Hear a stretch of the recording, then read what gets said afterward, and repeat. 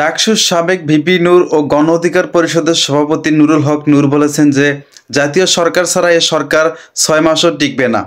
তারা পরিচিত সার্কেল বন্ধুবান্ধব সহকর্মীদের নিয়ে উপদেষ্টা পরিষদ গঠন করেছে, যারা গণ অভ্যুত্থানের অংশীদারজনদের হতাশ করে তুলেছে। শুক্রবারের ২০ ডিসেম্বর বিকেলে মানারাত ইন্টারন্যাশনাল ইউনিভার্সিটির বিপরীতে হাতিরঝিলে এক সভায় প্রধান অতিথির বক্তব্যে তিনি এসব কথা বলেছেন।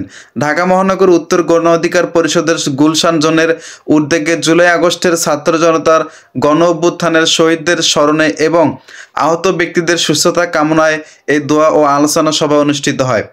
ডাকসু সাবেক ভিপির সভার শুরুতে অন্তর্বর্তী সরকারের উপদেষ্টা হাসান আরিফের মৃত্যুতে শোক প্রকাশ করেন, স্মৃতিচারক করেছেন। আলোচনা সভায় নুরুল হক নূর বলেছেন, নির্বাচন নিয়ে সরকার রাজনৈতিক দলগুলোর মধ্যে বিভাজন শুরু হয়ে গেছে। যাদের রক্ত, হাত পা ও চোখ হারানো সহ ত্যাগের কারণে আজকের এই পরিবর্তন, অন্তর্বর্তী সরকারের উপদেষ্টা পরিষদের পক্ষ থেকে সেই বিপ্লবীদের খোঁজ খবর নেওয়া হচ্ছে না, সহযোগিতা করা হচ্ছে না। এটা দুর্ভাগ্যজনক ও দুঃখজনক।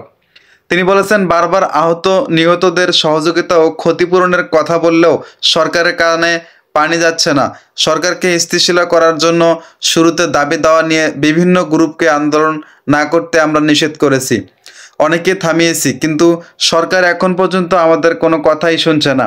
তাই আমরা পরিষ্কার করে বলতে চাই যে ডিসেম্বরের মধ্যে আহতদের অর্ধকোটি ও নিহতদের ১ কোটি টাকা ক্ষতিপূরণ দেওয়া না হলে জানুয়ারিতে প্রধান উপদেষ্টার কার্যালয় ঘেরাও করা হবে। উপদেষ্টাদের মন্ত্রণালয়ে ঢুকতে দেওয়া হবে না। আমরা বারবার বলেছি, বিপ্লবের পরে প্রতি বিপ্লবের ঝুঁকি থাকে। বিপ্লব নস্যাৎ করতে অনেক ষড়যন্ত্র করে। জাতীয় সরকার গঠন করে এ সংকট মোকাবিলা করুন। গণ অধিকার পরিষদের ঢাকা মহানগর উত্তরের সভাপতি ভূঁইয়াপুর সভাপতি বলেছেন যে আলোচনা সভায় বক্তব্য দেন গণ অধিকার পরিষদের সাধারণ সম্পাদক রাশেদ খান, যুগ্ম সাধারণ সম্পাদক সহ আরও বেশ কয়েকজন নেতাকর্মী।